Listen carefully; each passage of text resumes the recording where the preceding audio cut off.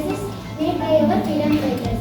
ಪ್ರತಿ ವರ್ಷ ಆಗಸ್ಟ್ 15 ಬಂತೆಂದರೆ ದೇಶದ ತುಂಬೆಲ್ಲ ಸಡಗರ ಸಂಭ್ರಮ, ಹಬ್ಬದ ವಾತಾವರಣ.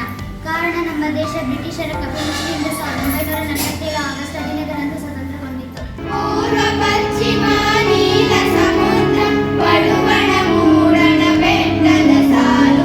ಪೂರ್ವ ಪಶ್ಚಿಮ ನೀಲ ಸಮುದ್ರ ಪಡುವಣ ಮೂಡಣ ಬೆಟ್ಟದ ಸಾಲು.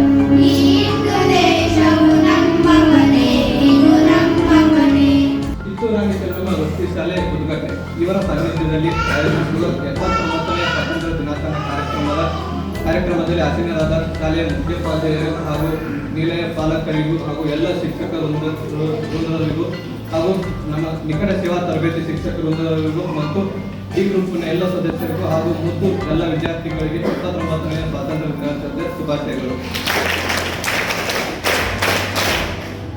ಆದರೆ ಈ ಸ್ವಾತಂತ್ರ್ಯಕ್ಕೆ ಸಂಬಂಧಪಟ್ಟಂತೆ ಪ್ರಭಾವ ಅಂತಕ್ಕಂಥದ್ದು ನಾವು ವಿಶ್ವದಾದ್ಯಂತ ನಾವು ಕಾಣ್ಬೋದು. ಸೊ ಮೊದಲಿಗೆ ನಾವು ನೋಡ್ತೀವಿ ಅಮೆರಿಕದ ಕ್ರಾಂತಿಗಳನ್ನು ನಾವು ನೋಡ್ತೀವಿ. ಅಮೆರಿಕದ ಕ್ರಾಂತಿ ಮತ್ತೆ ಫ್ರಾನ್ಸ್ನ ಮಹಾಕ್ರಾಂತಿ 1789ರಲ್ಲಿ ಆಗಿರ್ತಕ್ಕಂಥ ಕ್ರಾಂತಿ. ಅದರಲ್ಲಿ 3 ಪ್ರಮುಖವಾಗಿರುವಂತಹ ಅಂಶಗಳ ಆಧಾರದ ಮೇಲೆ ಕ್ರಾಂತಿ ಅಂತಕ್ಕಂಥದ್ದು ಜರುಗಿದೆ. ಮೊದಲನೇದು ಸಮಾನತೆ, ಎರಡನೇ ಅಂಶ ಬಂದು ಸ್ವಾತಂತ್ರ್ಯ, ಮತ್ತೊಂದು ಅಂಶ ಬಂದು ಭ್ರಾತೃತ್ವ ಎನ್ನುವಂತಹ ಭಾವನೆ.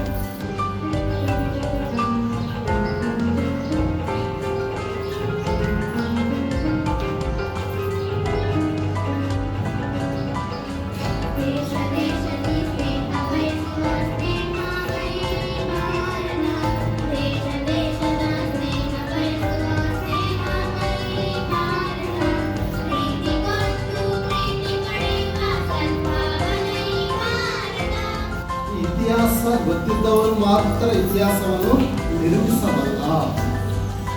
ಹಾಗೆ 1498 ವಾಸ್ಕೋ ಡಿ ಗಾಮ ಕಲ್ಲಿಕೋಟೆಯನ್ನು ತಲುಪಿದ ಅಂದಿನಿಂದ ಭಾರತ ವಿಶ್ವದ ಜಾಗತಿಕ ಮಟ್ಟಕ್ಕೆ ತೆರೆದುಕೊಂಡಿದೆ. ಜಾಗತಿಕ ಮಟ್ಟದಲ್ಲಿ ವಿಶ್ವದ ಆರ್ಥಿಕತೆಯಲ್ಲಿ ಬಲಿಷ್ಠವಾಗಿರ್ತಕ್ಕಂಥ ರಾಷ್ಟ್ರಗಳಲ್ಲಿ 4ನೇ ಸ್ಥಾನವನ್ನು ಪಡೆದಿರ್ತಕ್ಕಂಥ ದೇಶ ಭಾರತ ದೇಶ.